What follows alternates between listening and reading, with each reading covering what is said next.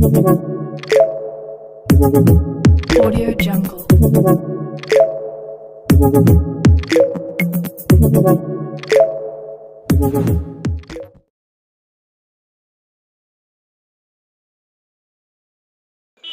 Hello friends, welcome back to our channel. ఈ వీడియోలో మనము నవశకం బెనిఫిషరీ మేనేజ్మెంట్ అంటే ఏంటి, నవశకం బెనిఫిషరీ మేనేజ్మెంట్లో ఉన్న ఇన్కమ్ ట్యాక్స్కి సంబంధించి ఏ విధంగా క్లియర్ చేయాలి, సపోర్టింగ్ డాక్యుమెంట్స్ ఏవి అప్లోడ్ చేయాలనే దాని గురించి నేను బ్రీఫ్ ఐడియా మీకు ఈ వీడియోలో ఇస్తాను. సో ముందుగా ఎన్బిఎం అంటే Navasakam beneficiary management. So previously ఏదైతే 6 స్టెప్ వ్యాలిడేషన్ ఉంటుందో దానికి రీప్లేసింగ్గా నవశకం బెనిఫిషరీ మేనేజ్మెంట్ని తీసుకొచ్చారు. సో మనందరికీ తెలుసు, ఏదైనా ఒక వెల్ఫేర్ స్కీమ్కి బెనిఫిట్ పొందాలనుకుంటే ఆర్టీజీఎస్ అంటే real time governance society. So దానికి సంబంధించి ఒక 6 స్టెప్స్లో వ్యాలిడేషన్ జరుగుతుంది. ఇది డిజిటల్గా జరుగుతుంది. ఆ 6 స్టెప్ అనేవి మనందరికీ తెలుసు. 4 వీలర్ కావచ్చు, ఎలక్ట్రిసిటీ కావచ్చు, ల్యాండ్ కావచ్చు, ఇన్కమ్ ట్యాక్స్ కావచ్చు, గవర్నమెంట్ ఎంప్లాయ్ అండ్ తర్వాత మున్సిపాలిటీలో ఏరియా. సో ఈ విధంగా 6 స్టెప్స్ని ఒక క్రైటీరియా పెట్టారు. ఆ క్రైటీరియాలో వాళ్ళు అందులో లేకపోతే వాళ్ళు ఇనెలిజిబుల్ అయిపోతారు. సపోజ్ కొన్ని కేసెస్ ఎలా ఉంటాయంటే, ఎస్పెషల్లీ ఇన్కమ్ ట్యాక్స్కి సంబంధించిన కేసు ఎలా ఉందంటే, ఆన్లైన్లో వాళ్ళది ఇన్కమ్ ట్యాక్స్ లాస్ట్ ఇయర్లో వాళ్ళు పే చేస్తుంటారు, బట్ ప్రజెంట్ వాళ్ళు ఇన్కమ్ ట్యాక్స్ పే చేస్తూ ఉండరు. సో అలాంటి వాళ్ళది ఇంకా ఇన్కమ్ ట్యాక్స్ వై అని చూపిస్తుంది. సో ఇవి ఏమవుతుందంటే, ప్రతి ఒక్క స్కీమ్కి ఇన్కమ్ ట్యాక్స్ చూపించి వాళ్ళు ఇనెలిజిబుల్ అయిపోతున్నారు. సో నేను ఈ వీడియో ఎందుకు చేస్తున్నానంటే, ఆల్రెడీ అలా ఒక ఇన్కమ్ ట్యాక్స్కి సంబంధించిన ఒక పర్సన్ని నేను అప్లోడ్ చేసి ప్రాపర్ డాక్యుమెంట్స్ అన్నీ సబ్మిట్ చేసి ఫార్వర్డ్ చేశాక ఫైనల్గా జేసీ దగ్గర అప్రూవ్ అయ్యాక ఇన్కమ్ ట్యాక్స్ అనేది ఆర్టీజీఎస్ డేటాలో అప్డేట్ అయింది. సో ఇది ఒక మెయిన్ అప్డేట్ అనమాట. ఎందుకంటే చాలామందికి ఇన్కమ్ ట్యాక్స్ దగ్గర ప్రాబ్లం వచ్చింది. సో ఇప్పుడు మనం ఫర్దర్గా ఏ విధంగా చేయాలి అంటే, ట్యాక్స్కి సంబంధించి ఫామ్ 26A ఎట్లా డౌన్లోడ్ చేయాలనేది ఫర్దర్గా చూద్దాము. సో ఇప్పుడు మనము నవశకం బెనిఫిషరీ మేనేజ్మెంట్లో గ్రీవెన్స్ ఎలా రైజ్ చేయాలో చూద్దాము. So digital assistant or ward education data processing secretary లాగిన్లో నవశకం బెనిఫిషరీ మేనేజ్మెంట్లో క్రియేట్ గ్రీవెన్స్ అనే ఆప్షన్ని సెలెక్ట్ చేసుకోవాలి. సో సెలెక్ట్ చేసుకోగానే పేజ్ అనేది రీడైరెక్ట్ అవుతుంది అండ్ ఇక్కడ మనము ఆధార్ నెంబర్ ఎంటర్ చేయాల్సి ఉంటుంది. సో ఇక్కడ మనం ఏదైతే ఆధార్ నెంబర్ ఇస్తామో హౌస్ హోల్డ్ మ్యాపింగ్కి లింక్ అయిన డేటాబేస్ అంతా ఇక్కడ మనకి రిఫ్లెక్ట్ అవుతుంది. సో ఇక్కడ ఆధార్ కార్డ్ నెంబర్ ఎంటర్ చేశాను, తర్వాత స్కీమ్ టైప్ అనేది సెలెక్ట్ చేసుకుంటున్నాను. సో ఇక్కడ స్కీమ్స్ అన్ని డిఫరెంట్ స్కీమ్స్ ఉంటాయి. ప్రతి దానికి ఒక ఎలిజిబిలిటీ క్రైటీరియా ఉంటుంది. సో ఆల్మోస్ట్ అన్ని స్కీమ్స్ ఉన్నాయి. సో నేనైతే ప్రజెంట్ ఎగ్జాంపుల్ కోసం ఒక స్కీమ్ని సెలెక్ట్ చేసుకొని సబ్మిట్ చేస్తున్నాను. సో సబ్మిట్ చేయగానే ఈ విధంగా లోడ్ అవుతుంది. సో ఇక్కడైతే డిస్ప్లే అవుతుందో డేటా, ఇదంతా హౌస్ హోల్డ్ మ్యాపింగ్లో ఎవరైతే ఉన్నారో ఆ పర్సన్స్ డేటా అనమాట. అండ్ వాళ్ళ ప్రజెంట్ 6 స్టెప్ వ్యాలిడేషన్ స్టేటస్ ఏంటి అనేది క్లియర్గా కనిపిస్తుంది. సో ఇక్కడ చూడండి, ఇన్కమ్ ట్యాక్స్ అనేది వై అని చూపిస్తుంది, అంటే ఆ పర్సన్ ఎప్పుడో ఇన్కమ్ ట్యాక్స్ పే చేసి ఉన్నారు అన్నట్లు. సో ఇక్కడ మనకి ఎలిజిబిలిటీ క్యాలిక్యులేటర్ అనే ఆప్షన్ ఉంటుంది. సో ఇక్కడ ఏంటంటే ఆ పర్సన్ ఆ పర్టికులర్ స్కీమ్కి ఎలిజిబులా కాదన్న ప్రతి ఒక్క క్రైటీరియా ఇందులో ఉంటుంది. కొన్ని స్కీమ్స్కి మాత్రమే వర్క్ అవుతుంది, అన్నిటికీ ఇంకా వర్క్ అవ్వలేదు, ఫ్యూచర్లో ఎనేబుల్ చేస్తారు.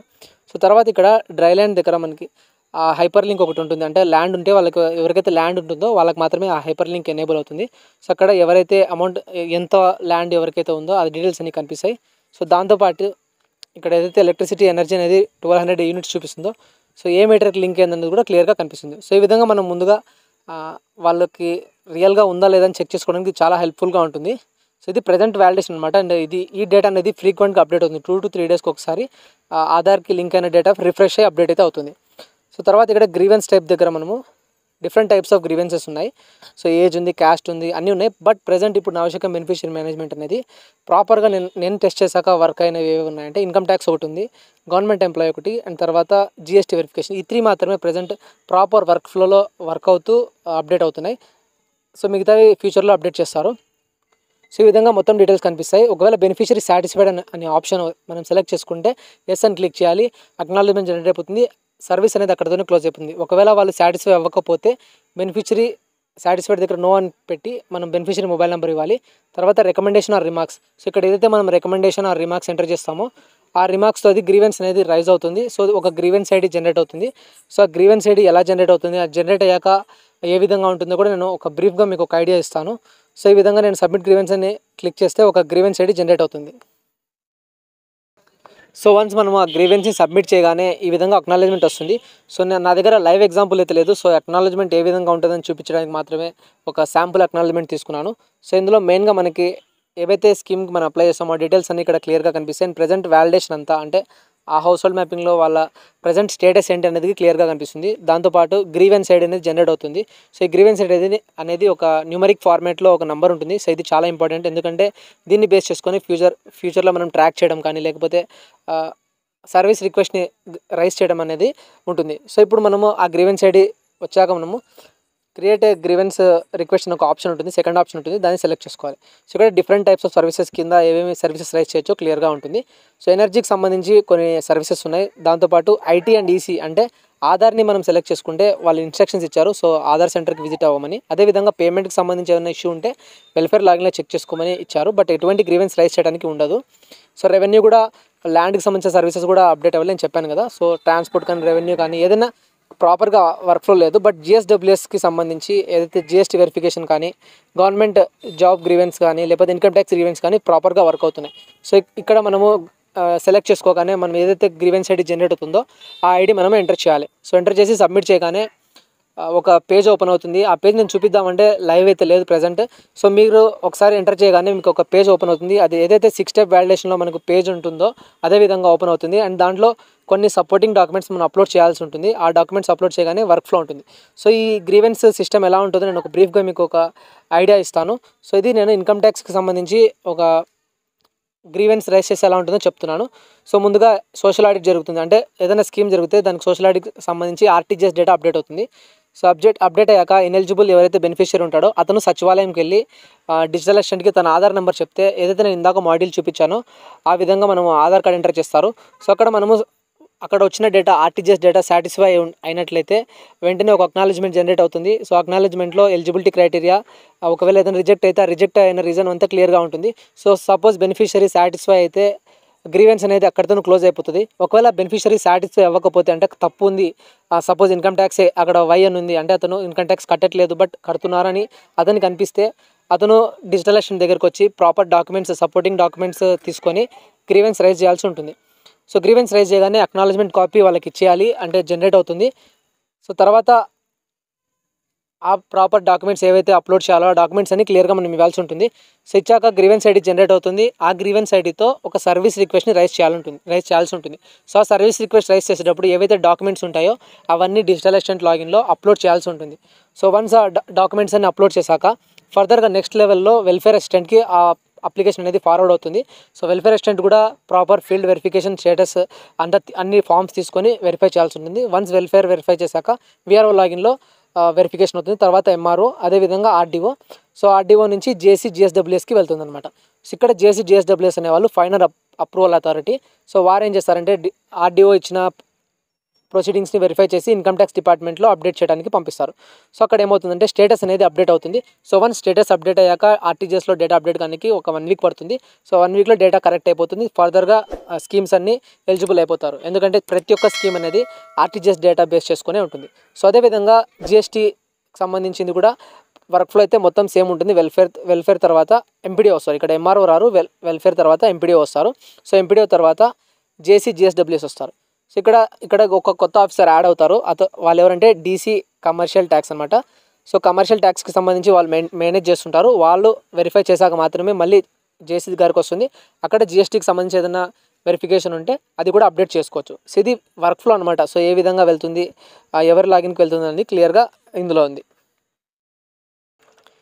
నవశకం బెనిఫిషరీ మేనేజ్మెంట్ యొక్క మెయిన్ యూజ్ ఏంటంటే మనం ప్రజెంట్ వ్యాలిడేషన్లు ఎక్కడున్నామో ఒకవేళ అక్కడ తప్పు ఉంటే మాత్రమే మనం రిక్వెస్ట్ రైజ్ చేయాలి. అంటే ఒక సిటిజన్ తన ప్రజెంట్ 6 స్టెప్ వ్యాలిడేషన్ ఏ విధంగా ఉందని చెక్ చేసుకోవచ్చు.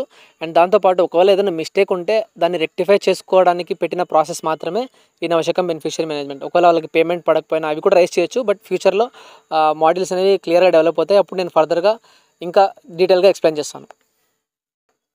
సపోజ్ ఒక పర్సన్ ఇన్కమ్ ట్యాక్స్ పే చేయట్లేదని అతనికి అనిపించి అతని దగ్గర ప్రాపర్ డాక్యుమెంట్స్ ఉన్నాయంటే ఈ ఫాలోయింగ్ డాక్యుమెంట్స్ అప్లోడ్ చేయాల్సి ఉంటుంది. సో ఈ డాక్యుమెంట్ ఏంటంటే ట్యాక్స్ డిడక్షన్ సిస్టమ్ టీడీఎస్ నుంచి నేను తీసిన ఫైనాన్షియల్ అసెస్మెంట్కి సంబంధించిన రిసిప్ట్ అనమాట.